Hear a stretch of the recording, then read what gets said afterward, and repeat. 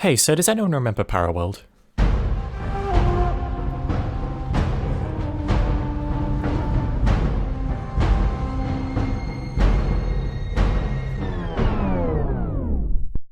Oh yeah, of course you don't. No one does. Well, time to educate you. To Wikipedia! ParaWorld is a real-time strategy PC game released on September 25th, 2006. It was developed by the German company SEK, Spielen...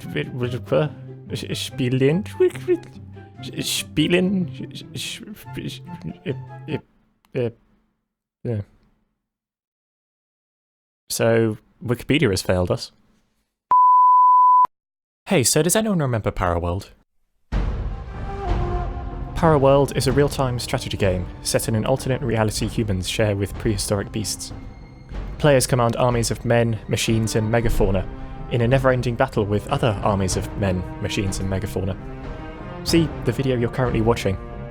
Yes, you literally control armies of people riding dinosaurs. Yes, that's exactly as cool as it sounds. Just, you know, maybe not with this level of graphical fidelity. I found ParaWorld somewhere in the deep past of my own prehistory. I really have no clue what drew me to it. Nope, no idea at all. Perhaps my first ever PC game, ParaWorld was my gateway drug to the strategy game genre. Maybe not the most representative one in retrospect. Even so, to this day the game holds a special place in my memory. And when I got a new PC, which wouldn't run ParaWorld due to Spiegel disagreeing with Windows on how the insides of a computer work, for many years I thought that was how it would stay. However, in February of 2018, I found the Holy Grail, a fix for running ParaWorld on Windows 10 that actually worked. Thanks, setup, whoever you are. I'm sure the fix I downloaded on Reflex was totally safe and didn't compromise my PC security whatsoever. A year and a half later, because reasons, I'm finally ready to ask that most pressing of questions. ParaWorld. Was my childhood a lie?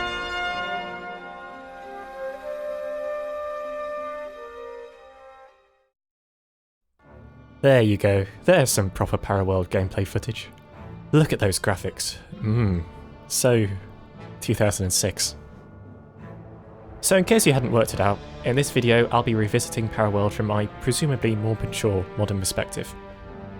How best to describe the experience of reuniting with a lost love so many years later? I mean, I could construct elaborate audio-visual poetry conveying the sense of completeness one experiences as they watch a Tyrannosaurus Rex and a Brachiosaurus team up to straight up slaughter some dudes. Or I could do this. Top 10 good, bad, shocking things in this one weird dinosaur game. Go. Finally, action! Number 1. It's just freaking cool.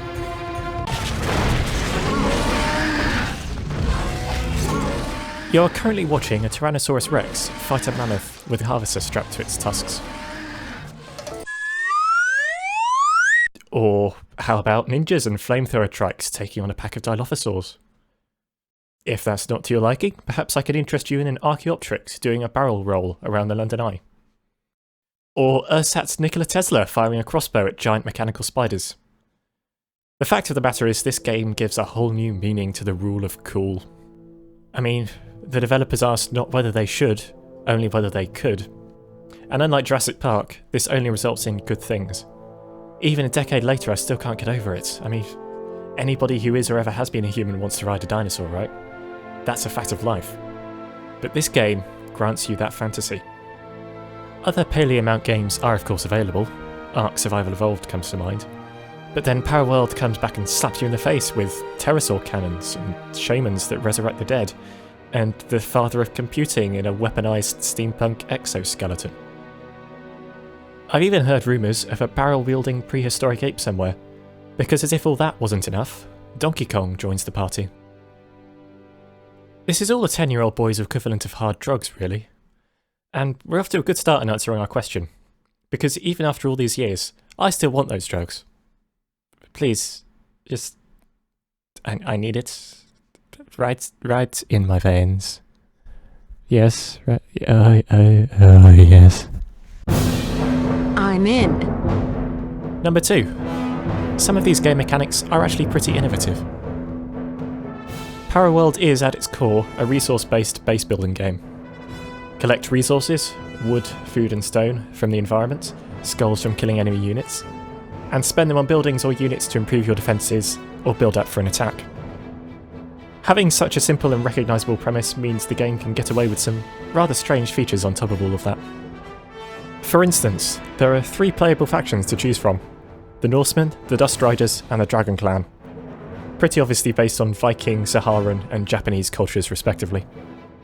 The flavouring of these factions is more than skin deep. Norsemen units are heavy, slow and armoured. Dust Riders favour lightweight offensive units, while the Dragon Clan just like doing their own thing in their own way, with deceit and flamethrowers and traps. They're basically ParaWorld's LOL's So Random faction. Hi everyone, I'm new, holds up sumo wrestler. My name is Dragon Clan, but you can call me Seismosaurus of Doom. Let's get technical. To the left of every battle of insanity in this game, you'll find a funny old thing called the Army Controller. Every unit in this game has a level, a stratified measure of its power. Level 1 units, your workers, your low-level infantry, are weak and easily stomped on. While level 5 units are the strategic centres of your army, with hundreds of points of damage potential. Unless, of course, you upgrade a worker to level 5, in which case you're an indisputable lord of all creation. The Army Controller shows the maximum number of units of each level you're allowed. It's a pretty clever method of restricting power creep, because, unlike some similarly styled RTS games from my youth, it forces variety on your playstyle instead of millions of ultra-powerful tanks. As an added strategic consideration, upgrading units instantly heals all their health, but then that space could be used for other units. If you're about to lose a valuable unit, do you upgrade it and close off the slot where you really wanted a Triceratops Titan, or do you let it die? It's a surprisingly engaging source of player agency. The Army Controller gives at-a-glance access to your entire squadron. In the heat of battle, that's enormously useful. Selecting units from the directory of domination instead of searching for the fiddly little buggers on the battlefield makes warfare a breeze. Frankly, I'm surprised other games didn't catch on. Or maybe they did. I didn't check. What even is research, am I right? There are plenty of other interesting gameplay elements that hold up to this day. Really, with my recent game development experience, go check out Thrive everyone, Game of the Century, this isn't a shameless plug, what are you talking? I'm actually quite impressed. They went into a lot of interesting corners with the basic mechanics set. Take for instance the Dragon Clan's traps. Snare traps string up unwary infantry and must be destroyed to release the trapped unit. Smoke towers hide nearby buildings for other players. You can even pepper both land and sea with mines. These are all logical but creative extensions for the system already in place without being overpowered. Perhaps my favourite unnecessary touch though is the Ankylosaurus catapult. As if heavy artillery strapped to a dinosaur wasn't enough, you can swap out poison balls of death for autonomously fighting raptors. Maybe not as sensible or strategically useful, but again, the rule of cool justifies all. Saying that. Any news? Number 3. The gameplay does maybe kind of get a teensy bit old sometimes. So you've got this amazing game with dinosaurs and ninjas and endless small gameplay variations. Why then does it sometimes feel a little empty? Maybe I'm just getting old and can't be bothered with these young people's video games anymore, but since my return to ParaWorld I have noticed an unfortunate difficulty with keeping interest. A game in skirmish mode always goes the same route: gather resources, build a base, expand that base, build a massive army, go and crush your opponents with said massive army. Once you can reliably defend against small enemy attacks, it's simply a matter of waiting until you're confident enough in your militia of teeth before strolling across the land to finish things. There are other game modes. This is the state of play for Deathmatch, but Defender and Domination do supposedly offer some variety. In Defender mode, one player is granted insane defences and must hold out until a timer clicks down to win. Domination, meanwhile, is just a cooler name for Catch the Flag. Unfortunately, the same approach of snowballing to victory always works here too. I don't know, maybe I'm just not inventive enough with my playstyles. And it must be said that, despite all the initially intriguing modifications adding variety across the game's factions, at the end of the day they mostly feel kind of the same. Most of the edge cases are just that, edge cases. You almost never have a need to place mines or set traps or do anything other than play the traditional way. Sorry, Sizeposaurus of Doom. I'm not going to say dinosaur battles get old, insert extinction pun here, but the gameplay around those battles does get a little repetitive. The game's campaign, however, does offer some more interesting scenarios. Constant quests and scripted events do add to the basic structure and give you something else to do. My favourite is the level where you and 2 other tribes, together comprising all playable factions in the game, have to stop a fleet of cruisers from making it from one end of the map to the other. But then there's also the Holy City level, or the Arena Battle level, or the Sudden Viking Zombie Rush level, because that's a thing. The campaign then does hold your interest a fair bit longer than the skirmishes, but as we'll see later, it has its own problems. Not the Viking zombies though, because Viking zombies are Valhalla cool! This will work. Number 4. The graphics are... yeah, they're alright.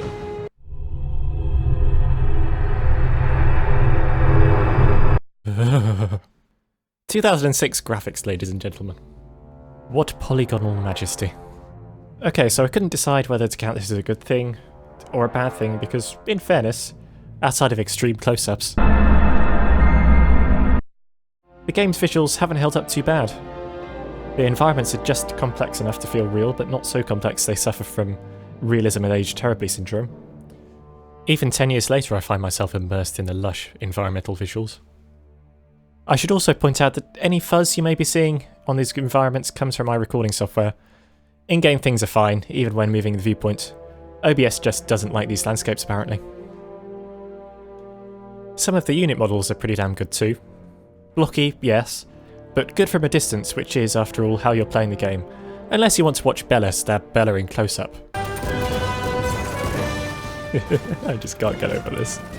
Animations, though, are where this game really suffers. In the words of IGN's contemporary review, animations tend to be a bit clunky, especially for humans, which becomes especially clear in some of the real-time rendered cutscenes in the game. None of the animations are bad enough to put a damper on the fun of the visual style, but they definitely could have been better. Even for 2006 then, these peeps ain't got no flow. Really, Oliver? That's what you're going with? To be honest, although in my now greater wisdom I'm aware of all the graphical deficiencies, it doesn't really bother me. Would I enjoy a remake with modern graphics? Yeah, of course. But the nostalgia tells me to enjoy the existing experience anyway, janky animations or not. The advantage of low polygon count on modern computers is the game runs super fast these days. I remember loading times being the bane of my existence all those years ago. But on anything but a potato by modern standards, they'll rarely take more than a few seconds. Plus, once I did bypass Windows installation system to make it work, the game has run with no major hitches in sight. Although I'm aware some others haven't been quite so lucky. What?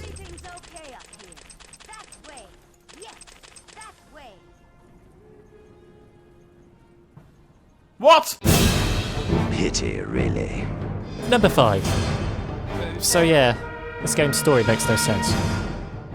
Meet Anthony Cole, Stina Holmland, and Bella Andres Benedict. Benedict? Something. 3 ordinary humans from some period in Earth's history.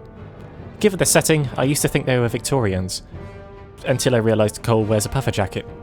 Then I thought they were going for the steampunk look, until I realised Cole wears a puffer jacket. Whatever, it works. The man they're talking to is Jarvis Babbitt, leader of the Seas. Tech wizard, not so secret villain, and totally not a crude imitation of Charles Babbage, the man who invented the computer in our world. Yeah, some of the characters in this game are rip-offs of real-world Victorian personalities. For years I thought the real Serbian inventor extraordinaire was Nikolai Teslov, and not Nikola Tesla. James Warden is Charles Darwin, and, Ada. We'll get to Ada later. Cole, Stina and Bella are scientists, which perfectly explains why they're so good at fighting giant monsters in a strange parallel world. They've each discovered something in their respective fields that seems to contradict our understanding of time. Out-of-place fossils, strange rock formations, constellation problems. The obvious next step is to tell a shady industrialist, because that always goes well. In fact, Babbitt has already discovered the link between our world and this parallel world where past and present coexist, and he really wants to harness its power. So he should just kill the scientists, right? I mean, dropping them into a tornado portal does have its benefits, but surely just shooting them there and then would be much easier, and much less likely to result in the scientists gaining control of the parallel world and using its forces against you. What do I know? I'm not a billionaire industrialist with a three-piece suit. So, I'm going to attempt to cover the entire plot of the game in one quickfire summary. Try to follow along. Spoilers ahead, I suppose. Ready, set, go. Babbitt sends the heroes to ParaWorld to kill them, but his servant Ada tells them to escape, which they do, but then Cole gets trapped on an island alone until he finds his friends, and then they all fight barbarians. They go find a druid and save his holy mammoths, because clearly they're the most qualified people to do that. Then they fight some Amazons, because a guy named Larry in a blimp tells them to. They fight the Amazons, fight more barbarians, run around the city for a bit, rescue some pirate hostages, then go speak to a governor who tells them they may be heroes from a prophecy, but the prophecy's baloney because he's working for Babbitt and trying to kill them.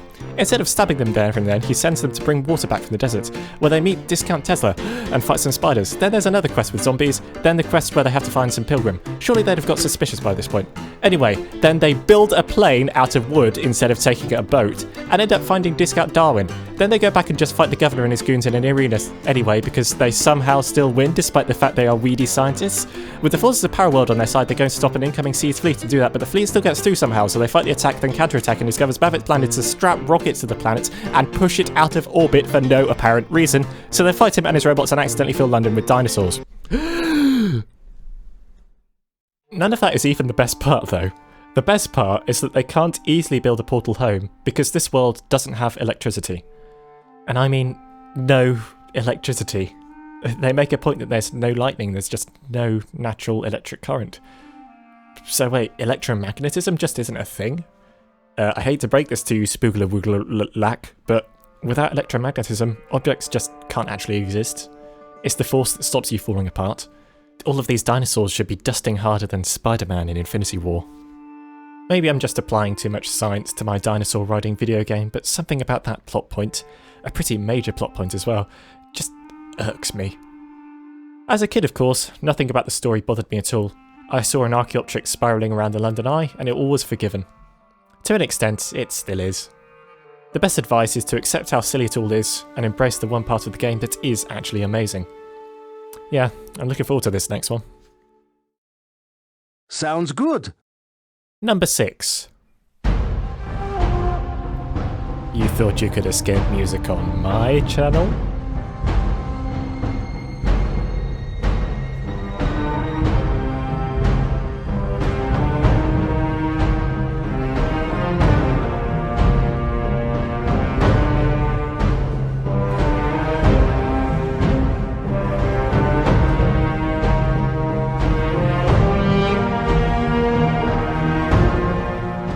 I went years without playing ParaWorld, but even when compatibility issues let the game itself fade, I never forgot the soundtrack. Pierre Longin Tillman Silescu, God I hope I'm pronouncing those correctly, crafted an epic orchestral score that's remained a staple of my music library ever since. Every so often the RNG gods will shuffle back round to one of the tracks and I can literally see dinosaurs.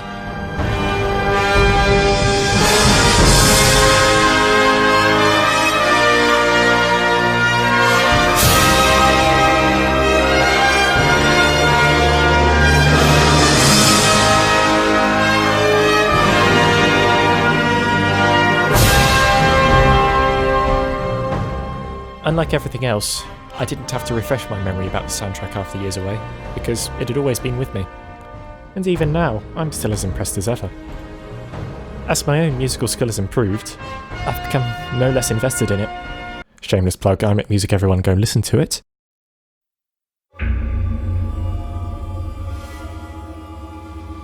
The inclusion of ethnic instruments to conjure up the aesthetic of the real-world cultures these tribes are based on is a particular highlight. I mean, really, just listen to it.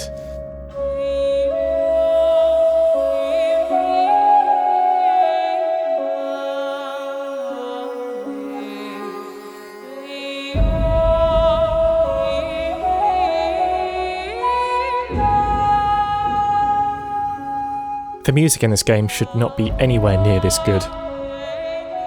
Even beyond the orchestration itself, the recording and mixing is just, it's superb. It's still one of my favourite game soundtracks, if not my favourite game soundtrack. FTL Faster Than Light does take that crown away ever so often. ParaWorld though, it's always there, it's always up there. Nothing I can say can elevate this glory any further, so I'll just shut up and let you experience it.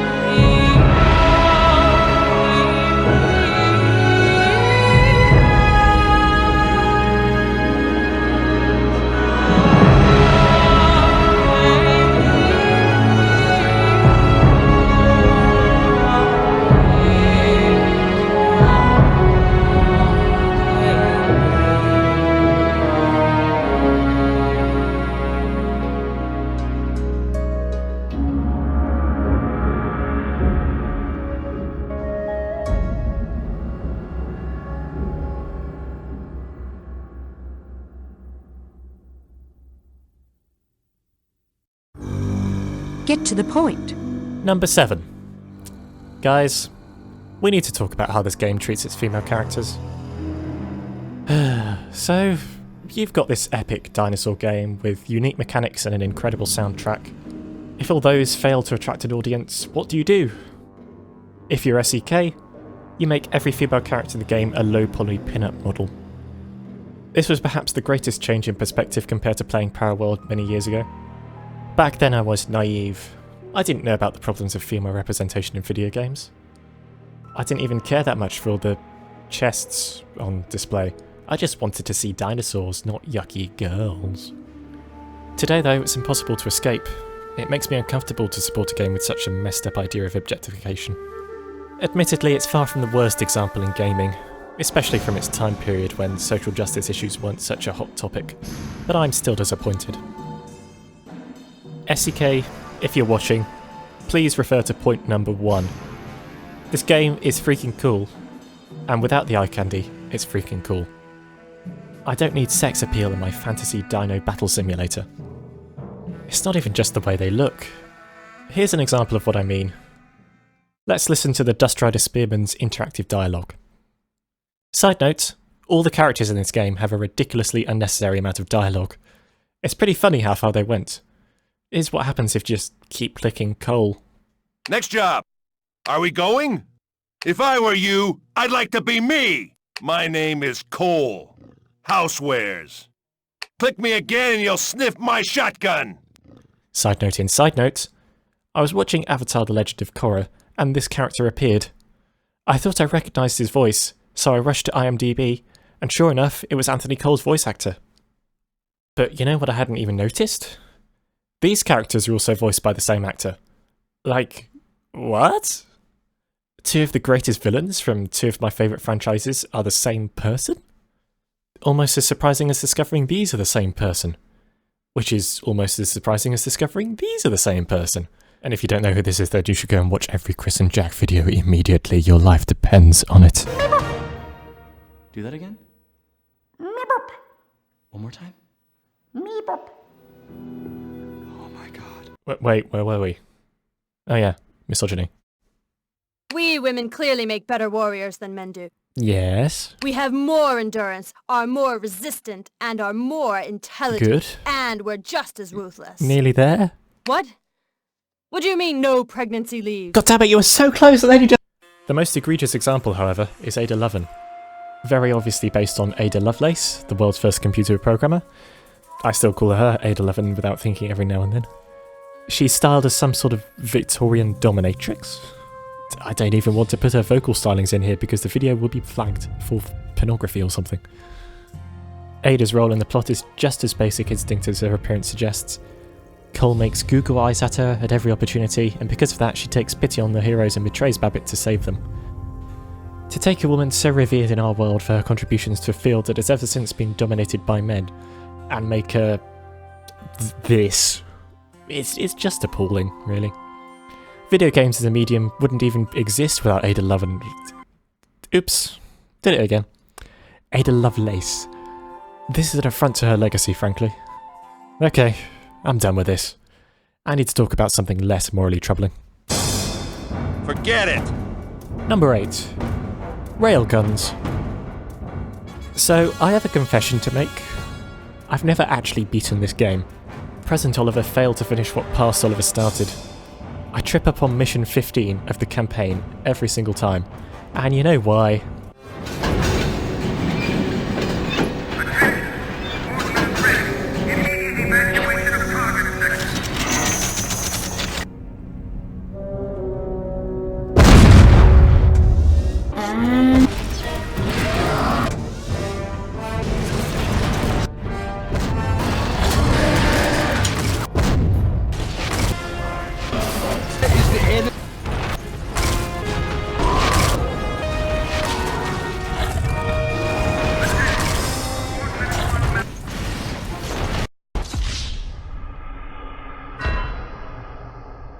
As soon as those railguns come out and just start taking pot shots at my army from halfway across the map, it all just ends. No amount of teeth can beat that. So yeah, railguns. Not even once.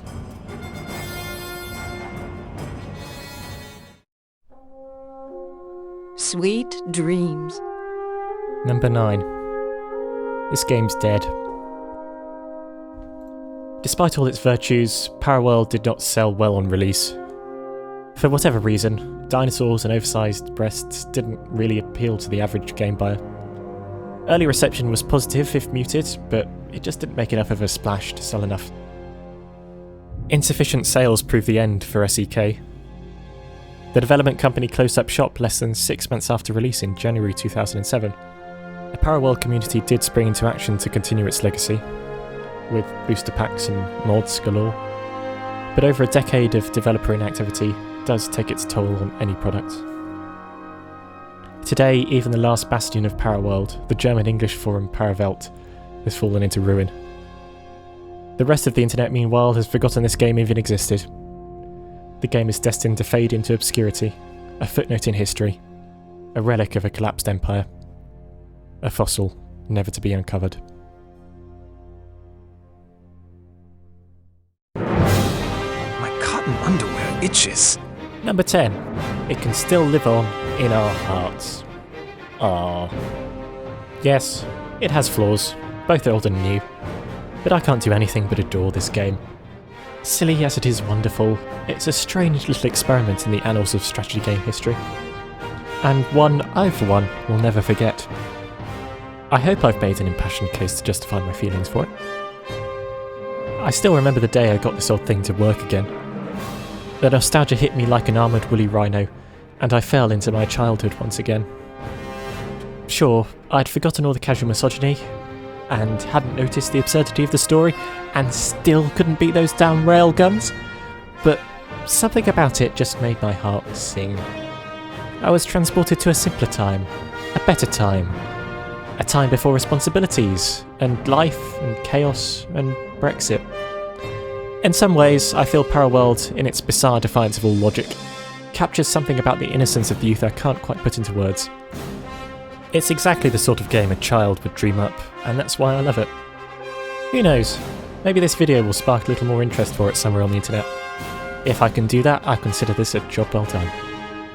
If you've been inspired to pick up a ParaWorld for yourself, I've put links to download the game in the description, along with a link for that fix that I was talking about earlier, to get it to actually work on newer versions of Windows. Well, Seismosaurus of Doom, our work here is done.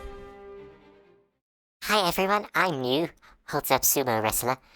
My name is No, Dragon Clan, but what are you can doing? call me test Stop it. Seismosaurus of Doom. I know the game's from 2006, but our memes don't have to be from 2006 as well.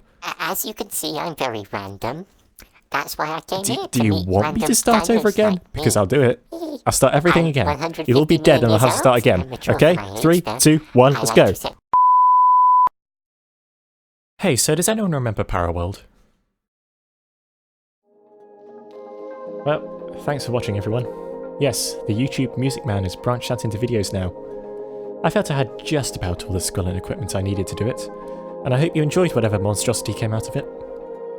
I can't promise I'll do any others, with various time constraints on my life, but we'll see.